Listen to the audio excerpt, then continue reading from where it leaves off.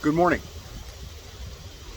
I'm not sure who this is going to help, but I know it'll help some folks, so let's give it a shot. All right, when I was in fifth or sixth grade, I uh, I was selected uh, as a group of kids to teach ESL students, English as a second language, and it turned out I don't know if I was actually good at it, but I enjoyed it, and it turned out I liked teaching. Um, and then I went on with my life, right? Went through puberty and the teenage years in high school and all that, joined the Air Force. When I got out of the Air Force, I decided to hang around Omaha for a little while to try and get myself together before I went out to LA to be in the music business.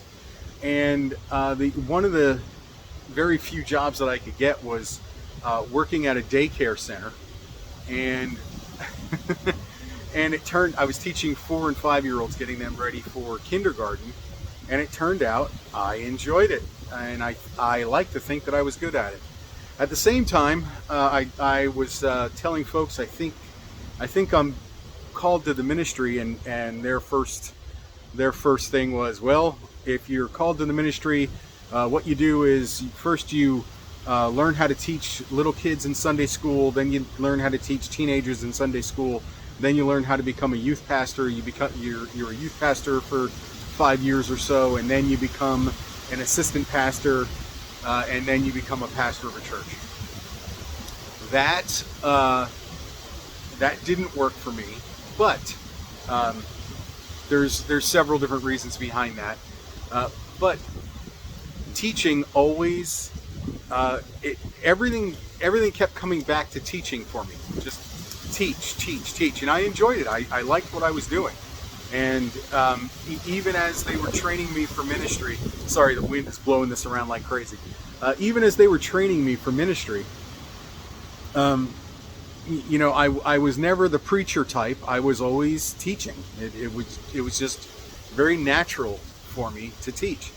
And then I went throughout my life, and at one point, I've told this story before. Hope it doesn't bore too many people. At one point, I was working for this guy, and I was in ministry, so we weren't making any money. We were out ministering to street people and in prisons. So we weren't, there's no money in that because none of those people have any money. Um, but I told him how I was sick of being broke, and he asked me, why aren't you in music? Why aren't you doing music? And I said, because you're not allowed to do secular music and be in the ministry. And he said, who told you that?